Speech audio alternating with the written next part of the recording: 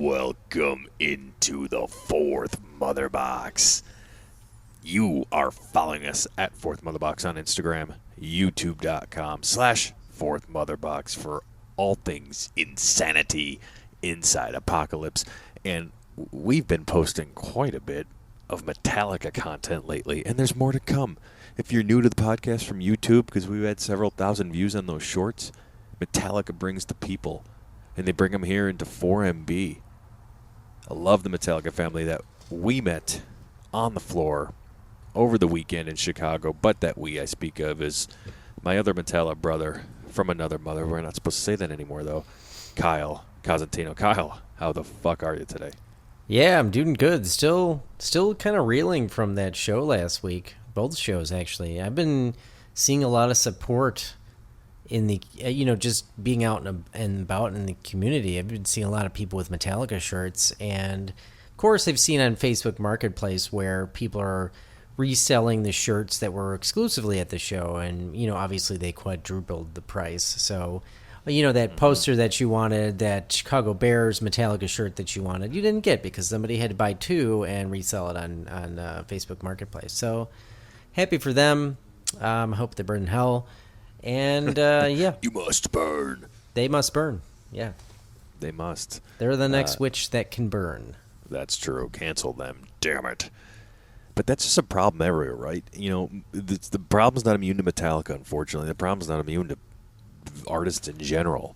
And people get pissed off at the artists, but it's like, no, it's this monopoly, with Ticketmaster, and things go quick, and people have pre-sales, and it's bots, and it's the one thing, Kyle, that I'll give a huge credit to Metallica for is allowing their legacy Met Club members to get literally the first crack at tickets. So it's like, I thankfully I've got that status, so it's like when tickets go on sale and I know I'm going, and Kyle knows he's going too, we're good, and we don't have to sweat. It's not like an S&M 2 thing again, where the first night sold out and like literally maybe a fraction of Metallica fans got tickets, but tickets were bought by bots to resell or just people doing it because it was the thing to do. And then Metallica turned around and said, fuck off, we're doing a second night for Met Club only, fifth members only. So, the band tries so hard to fight against the shit that Kyle was talking about, but Kyle's right. It's so frustrating.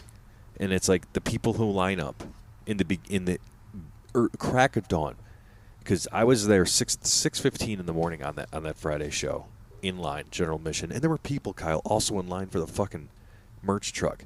Like, are they the ones turning it on eBay already? It's like what the fuck? It's like you're taking that away from a harder Metallica fan. I don't see why, and I've said this for years, I don't see why they can't figure out a way to regulate this better, where people are just profiting off of ticket sales, and they may or may not even go to the show. They just are doing it to make money. Yeah. It's like you have to show your ID for everything else. Like, you can't make it ID-based. You know what I mean? Like, if you can't go to the show, you have to sell it back to the ticket sales representative, or, like Ticketmaster or something like that. And then, they can just put it back up for sale. It's like an Amazon return. You just put it back up for, well, maybe not an Amazon return, but you know what I mean. You just put it back up for sale. And, people can buy it, and the proceeds can go to the band directly. And, everybody's happier for it. Prices would probably go down. I'm not necessarily one to advocate for regulation on anything, and I'm still not here. I think the answer is we as a people, as hard as it would be, have to say fuck you to those prices and not pay them, and just not do it. But that's Metallica, though. No, I get that. I'm just talking about in general. I'm talking about the Swifties too. My co-host on That Talk, Brad Hughes. You got to stop paying $2,000 per Swiftie fart. Ha! You're buying in a jar over there. And there's been a lot of articles that have come out. You've seen videos of them playing in the show. I think I've seen Tim in a few videos of just some clips from the show. And, from like Metallica's website, or just like TikToks and shit? Just like Instagram and Facebook. Because someone showed me a TikTok I was in. Oh, that's cool. Yeah. But, just like the comments are like 90% negative. And it's on Metallica's feed. And I'm just Jesus Christ. I'm just like, people just can't let it go. I don't know. It's such a weird phenomenon how some bands just get hate. You think, look at the Rolling Stones. You know, Do I I have don't to? hate the Rolling Stones. They're still kicking ass. You know, Yeah. they're in their 80s, and No apparently hate. they're still putting it on. Like, nobody's hating on them for it. But for some reason, Metallica gets like this unnecessary hate, and it's so crazy to me how this originates. You know, it When you're makes no sense. successful, when you're successful on that level, people come out to get you for but many even- reasons. But like, you know, even like Rolling Stones, like on the other hand, they're probably just as probably, I don't know if they're more successful, but you know, probably obviously at the same level as Metallica, and they're not getting that sort of hate. So it, you know, it's funny too because if you've like watched the band members individually in the past with the interviews and how they are with fans, none of them is like overtly political. None of them is like shitty with their fans. They're probably Right. one of the best, you know, best artists out there because they're so great with I their would agree. fans and they provide so many opportunities for meet and greets and merchandise Mm-hmm. and special experiences. And like just like we had Tim on the podcast last week, you know, Mm-hmm. he dropped a pretty penny on meeting Metallica and he said he would do it again, you know. That's, Oh, I would too. Yeah. that's really saying something. You know, not many people can afford those prices, but you know, if you can make that, you can scrounge up that scratch and do that, and then say you want to do it again. That's Yeah. really And- something. And I'm not going to steal Tim's thunder because I do want to bring him back on so he can talk about that experience. I think that Oh, would be yeah, awesome for for him sure. to come out and talk about what he wants to share from that. And I will but share that he did fart on Lars Ulrich. That's I will share that. full I story. don't know if to we come. shared that Yeah. last weekend, but or no, that was No, because that it was didn't before happen you yet. met him. Yeah. But he did in fact fart on Lars Ulrich, which is to be expected. So I will tease that. Tim was texting me from inside the bunker wherever he was when I was chilling on the floor waiting for Kyle. He was just like, he's like, I am nervous farting all over the place, and he's like, I'm scared one of them are just going to walk into it. So that was true, and we can let Tim finish that story. But anyway, that's a perfect story for Fourth Mother Box. So it is. It is. It lends Not- itself well. So if It does. anybody has a fart story, that we'll be It does, happy to please. have them on. Please, we're proudly part of FreakNet Studios and proudly part of FartNet Studios too. No clue if that exists, but we're part of it probably. So in any event, we specifically with what Kyle is talking about, the experience and doing it again, not stealing thunder from Tim, but the things he told us and the time that he took with the members of the band that he met. You compare it to night one. There were some people there to see Pantera mainly who had purchased the Pantera's meet and greet, and I just asked, "How did it go? What did you say to them?" Because I'm just curious, And they paid maybe $300. I'm like, okay, that's a pretty low price for Pantera. Like if Pantera was my Metallica, I'd definitely pay that to meet them. Oh fuck yeah! So they said it was very rushed, though. It was like they were in, shake a hand, take a picture, and then security's kicking them out. So it's like while I'm such a Metallica fanboy, I think after I processed it, I'd be maybe disappointed. So to Kyle's point, it's like the band doesn't have to do what they do, but they go out of their way to treat their fans right. And they maybe get- and they get a lot of hate. And yeah, I've kind of like critiqued, at least Phil and some. I'd never critiqued Pantera as a band. I mean, Pantera solidified themselves in metal history. As a Absolutely. great band. Maybe because they're not the headliners, I'd give them in the benefit of the doubt. Like, I would wonder what that would look like if they weren't the headliners, or if they were the headliners, for that matter, and if they would be able to really go above and beyond and with a meet and greet and whatnot. So yeah, Who I knows? mean, yeah, who knows? But yeah, that's interesting. I didn't know that. That's interesting. Yeah, it's I don't know. So it's like it's what the experience is worth to you, right? And I think what Metallica charged for it is, if it's something you can swing, not everybody can do it. Those enhanced experiences are wild, but to a lot of people, it's worth it. It's a lifetime experience. And other things are worth it in lifetime experiences, and they're worth the cost of things. And some people rail on it, and some people don't. I don't know. It's funny because people will pay so much money for Super Bowl tickets, and then somebody will pay to meet Metallica, and then they'll give them shit for meeting Metallica. You're paying that much to meet somebody. But Yeah. who gives a fuck? To me, that's like priceless, right? It's just like you would almost pay anything if you could to do something like that. So, kind of, shifting gears a bit, like what were I mean, you and I were there at night too. We were on the floor. Sure were. I mean, I can certainly talk about my experience being in the, up in the bleachers and then being on the floor. And to me, it was very two different experiences. Just with the show quality, the sound quality, and just the energy. I mean, it really was it's a huge difference being in both, kind of like seeing it from both sides.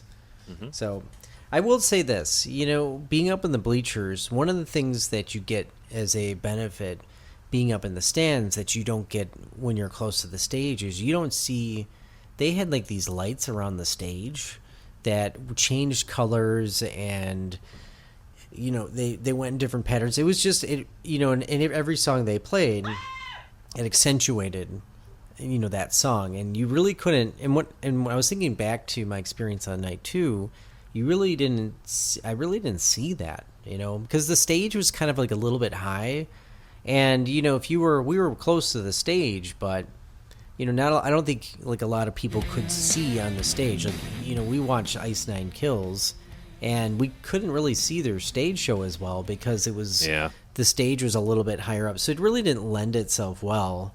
Luckily we were, pushed against a gate, and I was able to kind of sit up on top of the gate, and you really could see throughout the stage show and whatnot. But yeah, we didn't. I feel like we didn't have the best place because like I feel like they just didn't come over there a lot. I don't think James came over by us once.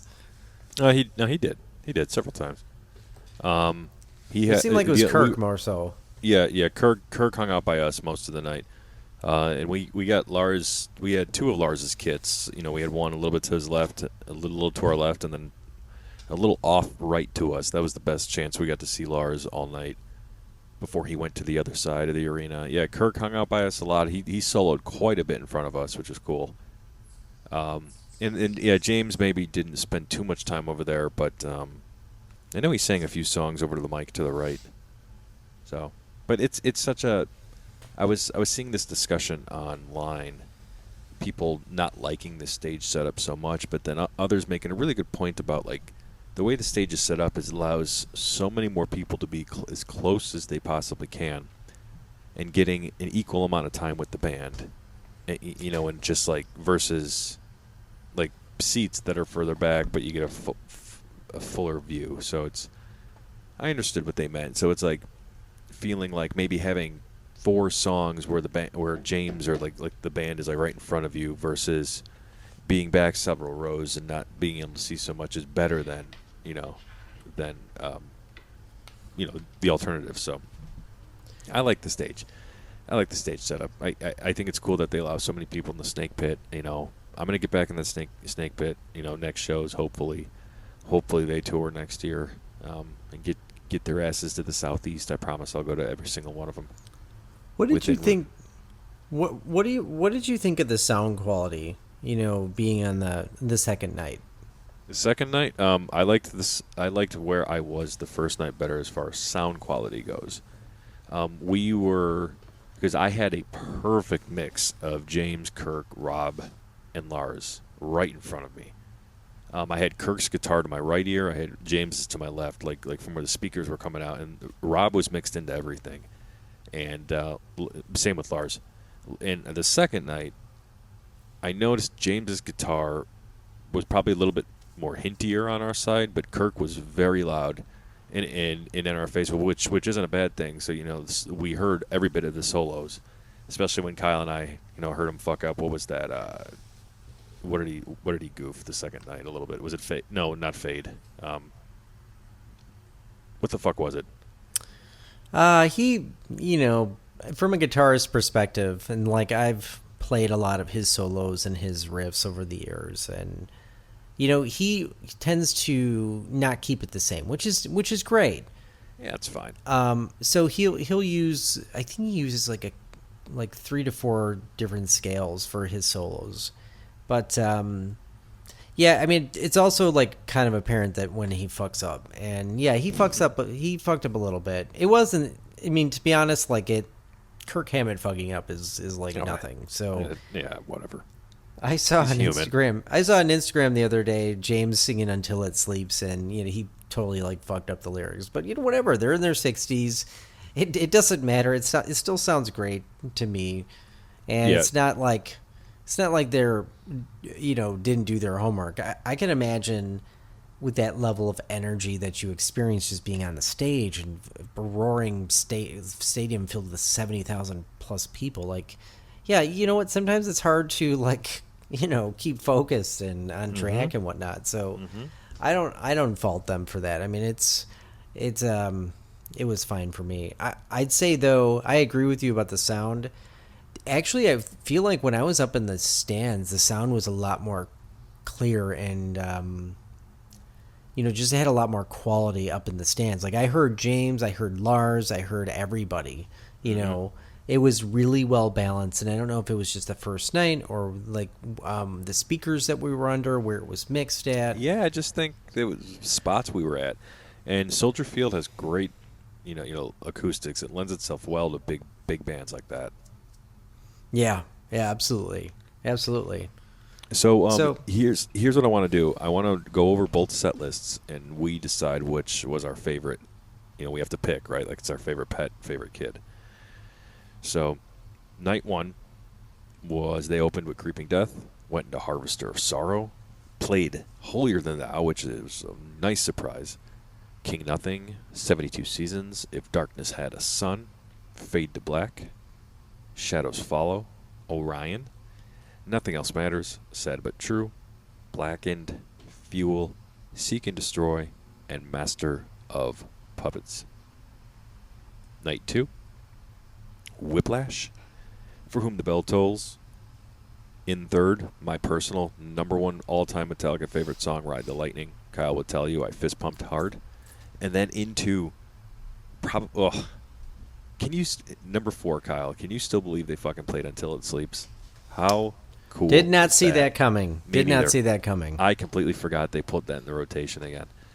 But I think that was probably the best surprise for Kyle and I of the night, at least. I don't know. That was so cool. Lux Eterna, Screaming Suicide, Day That Never Comes. That was another good surprise.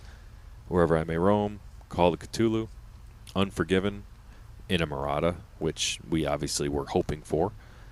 Fight Fire with Fire, another great, this heavy, fast song. Moth into Flame, One, and finally Enter Sandman. So, Kyle, what would you say your favorite I don't set list fucking was know. between the two? I don't. I would probably lean more towards the second night because I mean we got Until It Sleeps, and I'm not sure if I've ever heard that live. And then I haven't, and so that means the shows you and I have gone to, we haven't until the last one. Inamorata was also really fucking special, and Ride the Lightning. So these were all, as Lars would say, kind of more deep cuts. Some of them are deep cuts anyway. And it just was, like I like that I'm hearing songs that I've never heard of, and after being in almost 20 shows. So, what's funny is like I was just at the mall. I saw some guy in a Metallica shirt walking by, and he's like, I was like, "Hey man, nice shirt." And he talked about how he was like, "Oh, I went to the show the other night, and it was so good. Like Enter Sandman was my favorite." And it's just like, the Metallica family is a real thing. It's like it's to me that was the biggest display of fans, because again, growing up, I always felt like I was more of the, not the unique one, but just the person that liked something different, than people around me. So to see so much support after fucking 40 years is unbelievable. It's unbelievable how big this band still is and how much more people want from them. And even James said in the first show, like, how many people is this your first show? And a lot of people said it was, like they cheered that it was their first show. So it's just mind blowing, how they Stranger Things in Fortnite. Yeah, well, That's a good thing though. yeah, It keeps the band relevant. I It's a smart business decision. We'll call it that. Smart business decision. So there's I'm nothing just wrong glad with them doing it. I'm just glad they're going strong still. But There's nothing wrong with them doing that. It's the same thing as them releasing a whiskey, James releasing cigars, or them releasing like a guitar even with their name on it. You know, yeah, it's but Fortnite, like, come on. so it's Fortnite is huge amongst a generation that we are not in. You know, that we are disconnected from.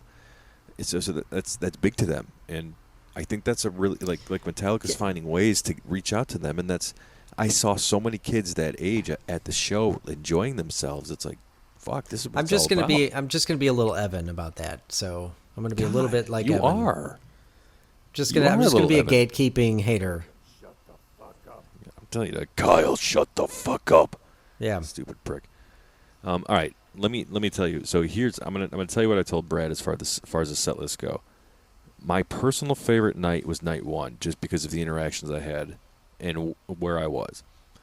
But I don't think, and I might just be biased here, but it's like I don't know if I've ever seen a better or heard a better live like set list from top to bottom, from Whiplash to Sandman, of that second night. So I'll say I think on paper the second night was way better, or not way better. It was slightly edges it out, but favorite was night one because of how it went. So that's how I'll answer that. So, Yeah. Yeah, the stage show was really, really cool. I mean, I felt like the middle part of one was like really stuck out to me in the second night. That was some great shit. So yeah, that was Metallica. You know, our Metallica weekend in Chicago. Do you remember the kid that got to sit on Lars's kit during Unforgiven? Yeah, it was like a Make-A-Wish kid, I think, right? I don't know if it was the Make-A-Wish kid. I heard a different story on social media, and now this is just one thing I heard, and I'm going to paraphrase it a bunch.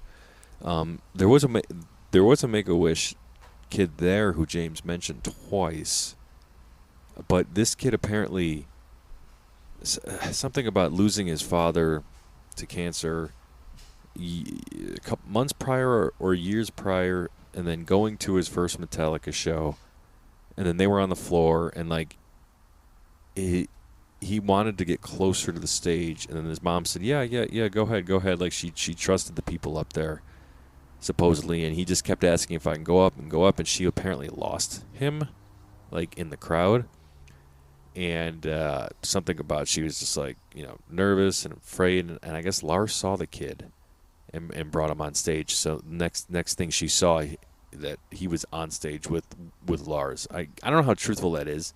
I'm just sharing what I saw. That could be somebody just BSing, but if that's true, then that's pretty cool. I feel like I'd believe it. They seem to be particularly focused on, like, you know, kids during the show. Yeah, just making like kids nights. Yeah. Yeah, and like really making it memorable. And which, you know, there's a part of me that's like, well, fuck yourself. Yeah. We've stood in the rain and the fucking snow and almost died, so fuck those kids. But you know, I also feel like, you know, it's just cool that they do that. I felt like it was worth the sunburn I got just because I got to fist bump Lars on Friday. So it's fine. Yeah. I'm still healing from that bullshit. And then after the show, like, they were walking out, and you know, you had pointed out that we were standing next to Lars Ulrich's wife. It was fucking crazy. Jessica Miller was right there, and then she used her ticket or her credentials to get backstage through there. We should have followed her. We're like, yeah, we're with her. Yeah, we're with her. But yeah. This was as Enter Salmon was wrapping up. I turned to Kyle and said, "Hey, let's bail and go like to the end of the barricade where they're going to come through." So we got to watch them go backstage or whatever. Yeah, no drumsticks for us that night, but we definitely got a few cool guitar picks. So I was pretty happy about that. We did. You got a 5-finger Death Punch one too, didn't you? Or did you get a Nice Nine Kills one?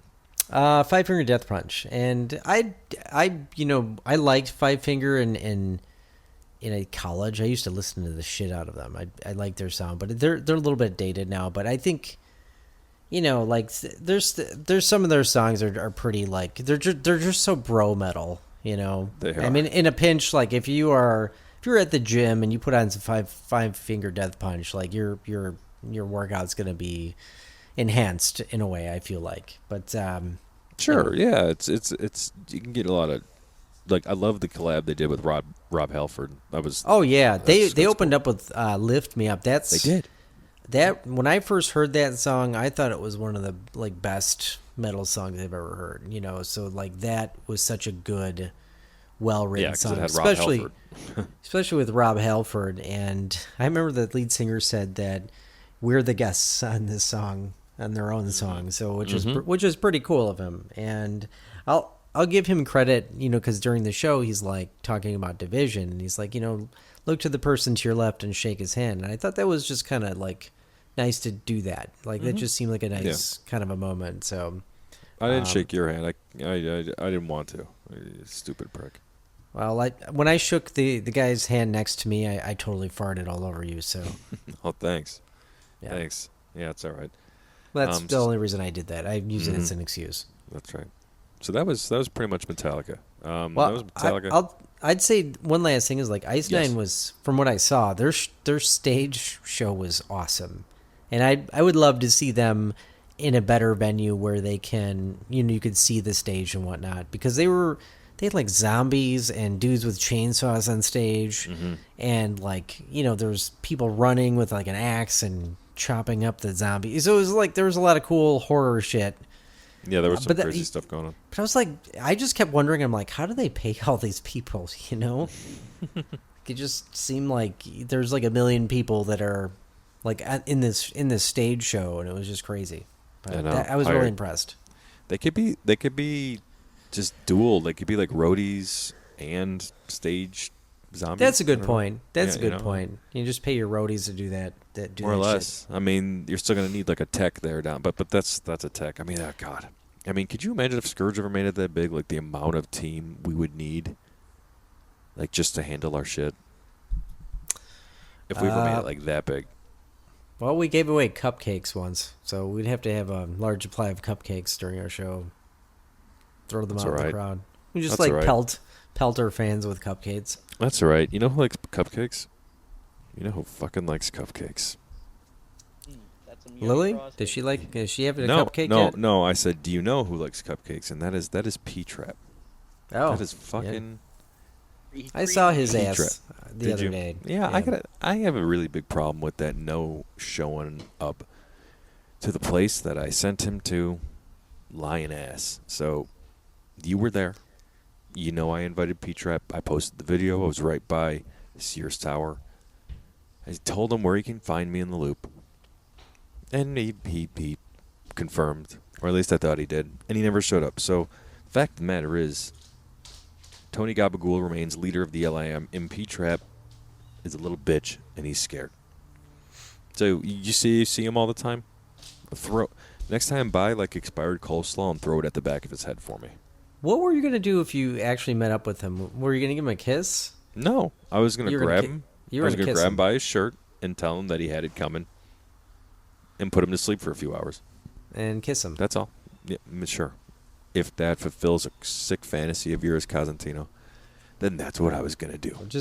It just kind of seems that this that's is where yummy this is frosting. headed. So Well, sounds like you're jealous. Sounds like you're jealous. No, But throw that expired no. coleslaw for me, please.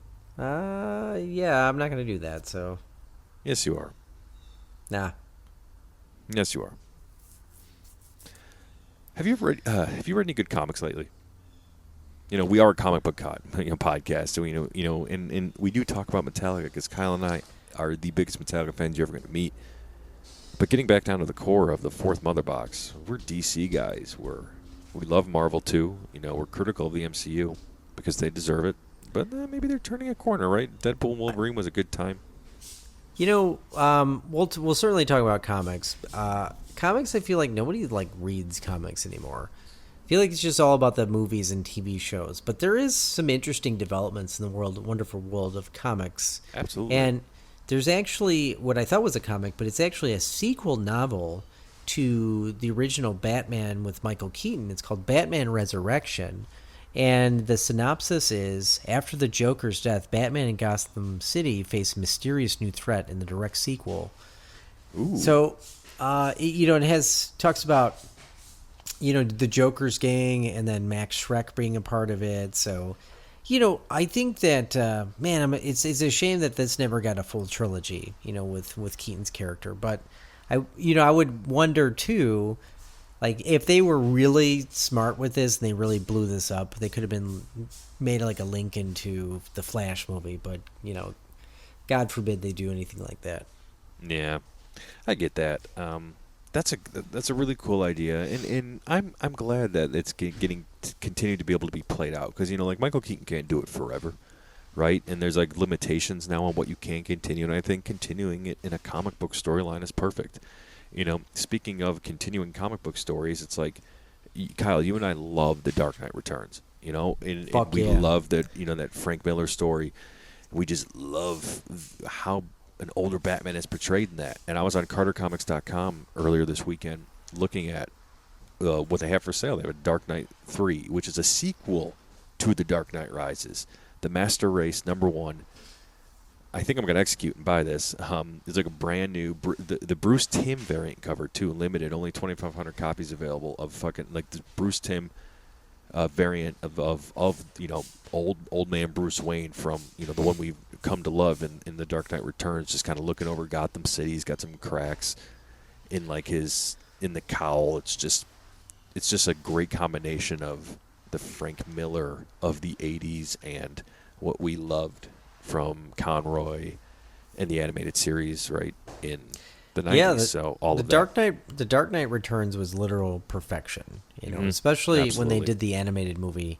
I don't know what the fuck they're smoking at WB with their movies now, but man, the Dark Knight Returns is just fucking amazing. So I've actually never read the second part to that, and but I would imagine like this, just because it kind of ended in a way, in a little bit of a cliffhanger, where Batman's not really dead, but he's kind of like cultivated this army of Batmen, and they're gonna do good in Gotham, and it just would be interesting to see where that leads. So I could definitely see like pulling the trigger on that. Mm-hmm. And I know this. I know the plot, the generalized plot surrounding the Master Race, that the Dark Knight 3 there. So, like I said, I think I'm gonna execute on that over at CarterComics.com. You should too, Kyle. And guess what? We have a discount code for people to use on CarterComics.com, and it is simply MotherBox. And what MotherBox is going to get you on CarterComics.com is 10% off orders on the website and their eBay account. Free shipping, so what are you doing not using this promo code? The promo code, too, never expires. It can be used repeatedly. It's not like a one and done. So every time you go to Carter Comics, you could use promo code, discount code, MotherBox, MOTHERBOX, for fourth MotherBox, just MotherBox, all one word, and get 10% off. Free shipping, and it never expires. eBay website. So boom, it's done. Head there. Yeah, it Run there definitely. I could definitely see like going back into the comics, because there's a lot of good shit in comic book history. We're not getting a lot of good shit on the TV screen or the movie screen, but yeah, if you go back and do your homework, there's a lot of good history in a lot of different characters. So yeah, if you're not happy, like definitely go there and check it out. So, speaking of Marvel, San Diego Comic-Con, we obviously talked about the announcement of, I almost called him Tony Stark, but Robert Downey Jr.'s Doctor Doom, and we're going to continue and sit and watch that as it develops. But D23 happened when we were at MetallicA, right? And, Brad was kind of like the fourth MotherBox unofficial correspondent for D23, because I was getting updates from him via text, because we were just in a Metallica coma. There were some wild things announced for the parks, which we'll get to in a second, but they showed a little bit of Daredevil, you said, right? Yeah, That they did. supposedly And leaked.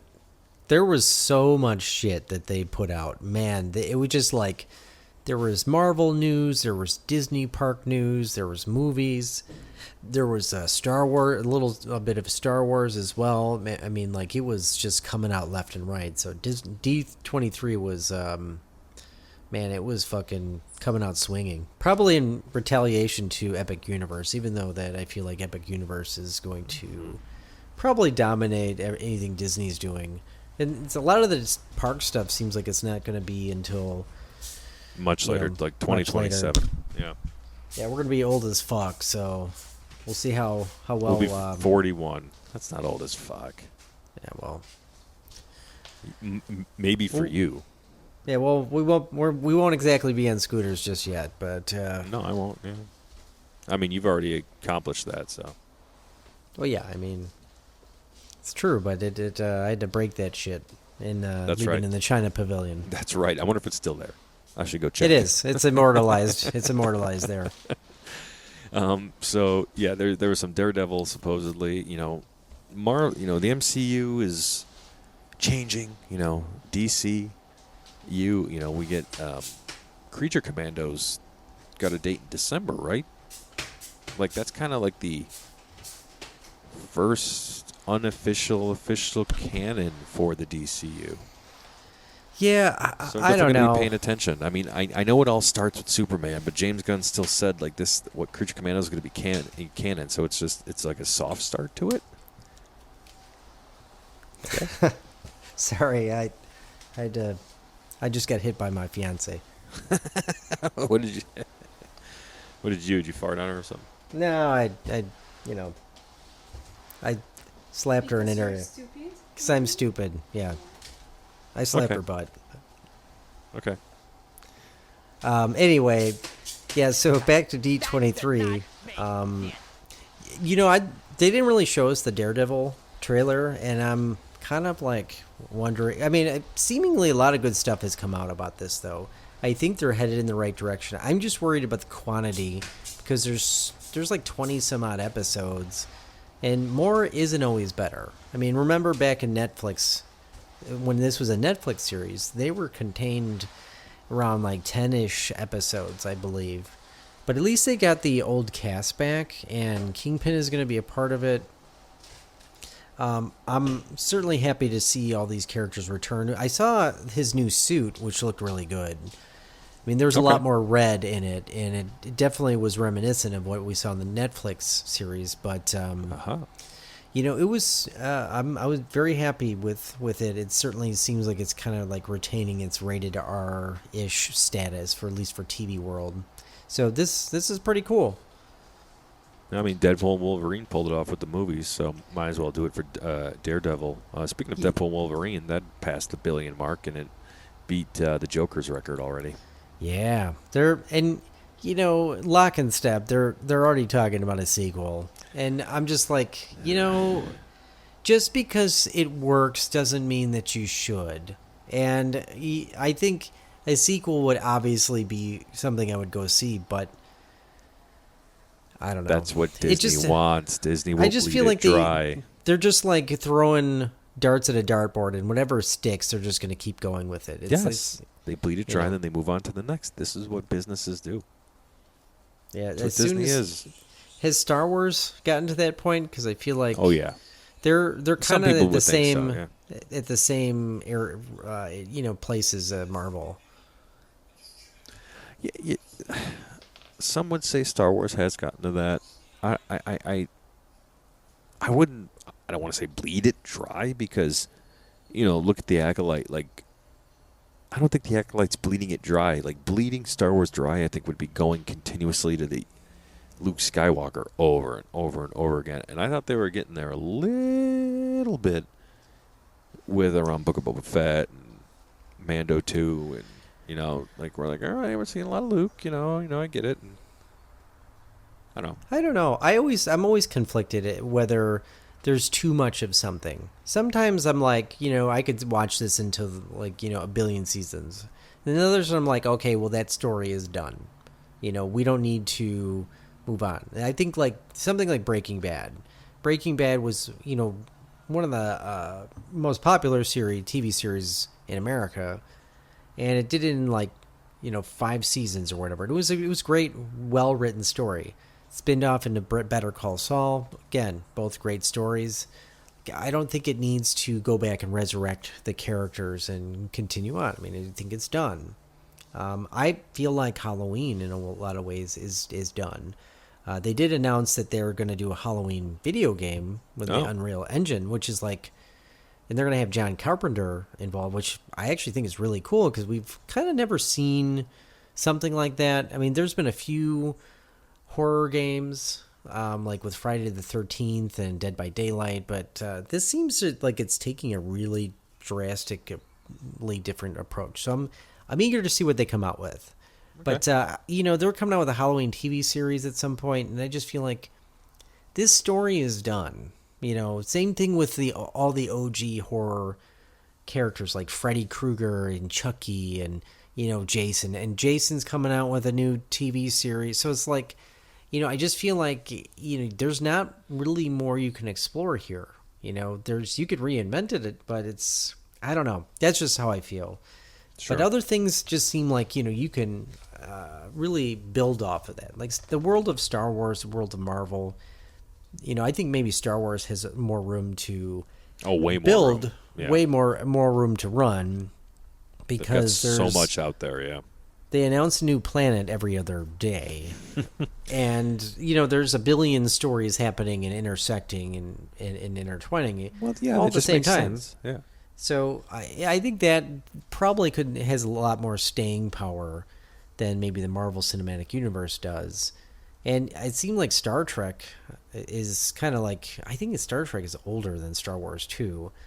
And it's still kind of reinventing and doing kind of some of the same things. So it's like I have a friend who loves Star Trek, and he was like talking to me about the Picard series and how he was really happy with it. And so to hear that from, like an old fan is pretty cool, and I feel like, if you can write something great, I think definitely, keep going with it. But some stuff just needs to be, you need to call it, this is done. I know. And the fans will say it until it's blue in the face. And unfortunately, if it makes money, that's why Fast and Furious hasn't died, because people go to see it. Yeah, Mike. Actually, you know what's funny? I don't think he's seen the past one or two of them actually in theater or at all. I think rumor has it he's boycotting it until turtles get treated fairly or something. I don't know. I don't know. It's one of those things that I'll just never understand how far it went. I mean, again, like looking in the history, I watched the first maybe couple, and some of them were fine, and some of them are good to watch, but like, I just don't understand why they just they kept going with it. It's just like people are like, well, I'm bored. What's playing? A Fast and the Furious? I'll just go see that. I don't give a shit about what's happening with the story. But I think there's a story there. I think. Not really. There's not like a progressive story that keeps going. It's kind of like James Bond and Mission Impossible. There's not like a progressive story. You know what I mean? It's just like these one-hit stories that kind of come out and. You just see it because you just want to watch violence and death. You're not really into like character development and important plot points. Correct. So anyway, what? I don't know if I want to go through an expansive up and down of everything D23 announced. I kind of just want to talk about maybe what we were excited about or what really makes us upset. So let's just talk about I wouldn't even call it an elephant, but probably what bricked you up immediately, and that's Indiana Jones. So do you want to talk about that?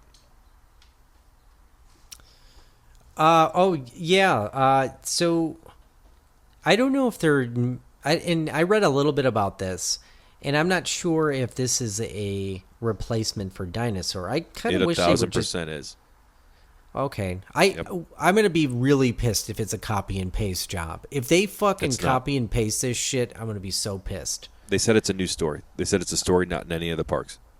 Okay. So obviously I'm happy about this. I'm going to say that I do wish that they would find a way to keep Dinosaur, because Dinosaur is a great ride. I mean, I love Dinosaur. And but I'm eager to see what they do, because I don't know if this is going to be like similar to what we have in Disneyland or something completely different. I don't know what else they can really do other than like a Jeep ride. But well, that's probably what it's going to be, but it's just going to be like a different story. I mean, it's virtually the same track. So, or what they could do, because Temple of Doom did this, they did like a minecart ride, but then they have that in, Because attempted that in the Paris Disney, but there's like they just made a minecart ride, and they just Right. slapped Indiana Jones on it. There's nothing really Indiana Still Jones fun. about it. It's fun. You know, if the Disneyland ride, which is one of my favorite rides of all time, it is so from top to bottom an Indiana Jones ride. There's the music, there's like familiar sights and sounds, and it just was so well done. It was Totally. so cool, and I'm definitely for more of that. So I'm so happy and curious to see what they do with this, and I wonder how they're going to tie in the Animal Kingdom aspect. I know there used to be a line of novels I actually have like all the old line of novels of Indiana Jones, and there was a story about a dinosaur egg. So it's not, some people are like, well, they never dealt with like, animals or dinosaurs or the past or anything like that, but Indiana Jones this is archaeology. Dinosaurs true. are the past. So That's right. that could really play into dinosaurs in a way. And now I don't know. That'd be cool if they include. That would be fantastic if they include dinosaurs in the Indiana Jones ride. That would be so awesome. But there's got to be an antagonist in some way. So like either the Nazis or the Russians or something like A that. Nazi T-Rex. A Nazi T-Rex. That's it. Hello. That would be fucking hilarious. Jesus Christ! Just like, can you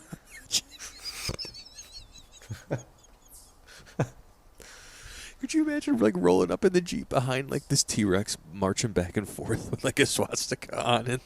He's got like a little black mustache, God, no, comb over black haircut for some reason. that would be awful. We don't want that, but it's hilarious. That would we're- make we're canceled for this. no sense and all the No. sense of the world. Right. It just would be fucking hilarious. So I'm trying to speculate on what this. One. Well, there'd have to be something related to animals, and then obviously there'd have to be an antagonist. Usually they call it the MacGuffin. There's Right. some sacred object that bestows power, and so there would have to be something like that connected to. It's Evan's dignity. Yeah, they're just gonna make Evan the villain. You're just gonna see Evan be the Sorry, villain on Evan. this I'm ride. sorry, Evan. That was a low blow because of the Dino Land, but But yeah, I'm happy that they're keeping Indy alive because they need to.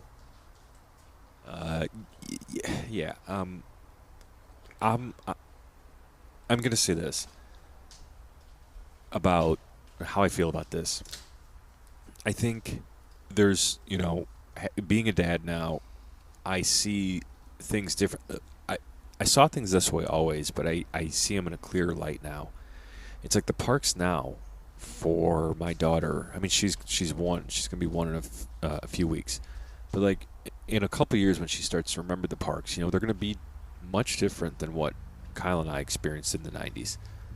Much different from what we even experienced as young adults when we like reaffirmed and fell back in love with the parks. Right? It's like it happens to, I think, people a lot.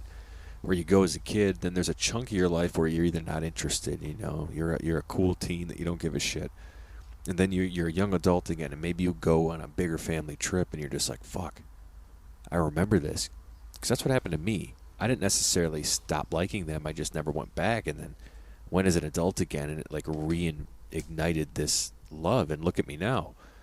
But so part of being like that as an adult, I discovered Dino Land because when I went as a kid for the first time, and I never got a chance to go back until I was an adult, Dino Land hadn't existed yet because Animal Kingdom wasn't around. So I discovered Dino Land as an adult, and I just, Kyle and I were big into Jurassic Park growing up, and dinosaurs were huge to me as a kid.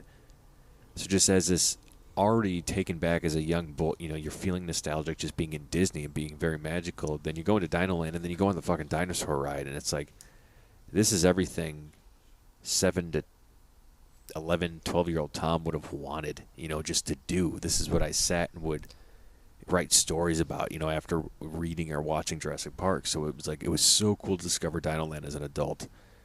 And then even when you learn the story about why the Dino Institute is there and why Chester and Hester's exist because of all the interns And then you get to see the interns play out from performers that you've created bonds with. Dinoland will always remain a special place for me because, it's just part of the story of how I rediscovered Disney and rediscovered the parks and what they mean to me and mean to us. That part's always I'm always going to be sad about, and I'm always going to miss that. But I'm going to move on from that because I know that it just needs to grow. Walt's infamous quote about change, the things are always developing. I don't hate Encanto going over where Primeval Whirl is, and I definitely don't hate Indiana Jones going where Dinosaur is. I'll miss what was there. I really will. But it's time. This is creating new memories for a new set of people, and I'm just happy that I get to guide my daughter and others along that ride, and I'm going to choose to enjoy it because I could go to DAC and just be pissed to not go over there and be mad all the time, right? If I go ride Indiana Jones and I think Dinosaur's better, I'll say it, but I'll say that too. I'm just but I'm just going to go in. And I'm going to go try. I'm going to enjoy it. I'm going to have fun because I do like Encanto. I do like Indiana Jones. I love Dinosaur too, or at least that ride. But so that's how I feel about those decisions. I feel like Brad's probably broken up about Dinosaur leaving because he can't molest anything anymore. At least he's allowed back in that area of the park though now. Oh, that's shocking. I thought that his picture would be up everywhere and said, "Please." Well, do once not they allow remove this man. Once they removed the alluring Triceratops that he can't stay away from, then I think he's allowed back over there. Yeah. Well, yeah, that was seems like a big loss for him. So yeah. So one of my favorite announcements were what they're adding in the round to Abraham Lincoln at Disneyland. In that show, they're apparently adding a Walt Disney animatronic that's going to tell the life of Walt Disney. So I think that's really cool. Brad texted this to me, or he said he's like, I'm going there day one, and I'm like, I think I'm right behind you. That sounds. I can't wait to see a Walt Disney animatronic. Holy crap, that's going to be great. Yeah, they should really include him more in the park because I feel like you don't see him as much. I remember the rumors, or there have been talks about putting like a live Walt in the park, like a meet and greet, and I would not want that. That would be weird. Yeah, I know there was like a guy that did it like for a little while, and that's kind of not as a meet and greet. That would be weird. Yeah, we're not going to go over the history of Walt right now, but if you know the history of Walt, the fact that he's getting paired with Abraham Lincoln's animatronic, and he's getting his own, that's what makes this special here. Like this is like one of the most excited I've been for a Disney project like this in a long time, and that's even surpassing the excitement I had for Cosmic Rewind. So, all right, more announcements as we're running up on the hour here from D23. Trying to think of like the Millennium Falcon's getting a new mission that involves Mandalorian and Grogu, so that's pretty cool. Yeah, that's cool. I'm sure you'll fly along, Mando. I'm sure Evan hates it, but that's definitely cool in my book. Evan had some thoughts on that. My one critique of that ride is they try to make it seem like you're leaving Batuu and landing in Batuu, but the one thing that they don't do is like change the time of day. If they really went above and beyond, like if you ride that ride at night and you leave, it should be like you're leaving at night, but it's daytime no matter what. Is it really? It is. Really? Yeah, if you go back and ride it, anytime you leave and return, it's daytime. Yeah. Oh. Like, come on. Well, Rise of the Resistance is when you get back on Rise at night, it's nighttime. I'm shocked Millennium Falcon didn't do that. Yeah, the last time I was there, they didn't do that. So. Huh. Or at least I think that was the Disneyland. Maybe. I guess I gotta go to Hollywood Studios and test it out. Oh darn. Yeah. So anyway, I hope you drop your churro. I'm gonna drop it and I'm gonna send it to you in a box. I'm gonna bring it with me. Later this week when I have to bear and see you again. Jesus Christ. Can't believe I gotta do that in like less than 2 weeks. You love Chicago. You're gonna come back just because you love it. Nope. No. Anyway, what the hell were we talking about? More from D23. Lots of stuff. Villains Land, getting over there, Magic Kingdom. Say goodbye to Tom Sawyer Island and the Rivers of America because here comes Radiator Springs. Man, you know, the only thing I'm gonna miss about Rivers of America is like the aesthetic over there. You know, because I haven't gone to Tom Sawyer Island in a long ass time. I'm not. Are they doing Radiator Springs though, or is it something? No, different? just like a Cars Land. The Cars Land with two attractions, something different. So Very Radiator nice. Springs is the name of the town. So it'll probably just be another Cars Land, which will fit in Frontierland because Route 66 goes through Arizona. That's what Radiator Springs is. Let's see. So beyond Big Thunder Mountain, obviously that's what Villains Land, I believe, will go. They announced Monsters Land for Hollywood Studios, and people are speculating the shit out of where this is going to go. Right now, I feel. Yeah, they have that door ride. Yeah, like that coaster, that looks cool as hell. That'll be interesting to see. Yeah. Because that Yeah. just seems like an interesting, weird, different idea. Oh, that'll be fun. And everyone was like, "Rest in peace, Muppets," but I don't think that's going away.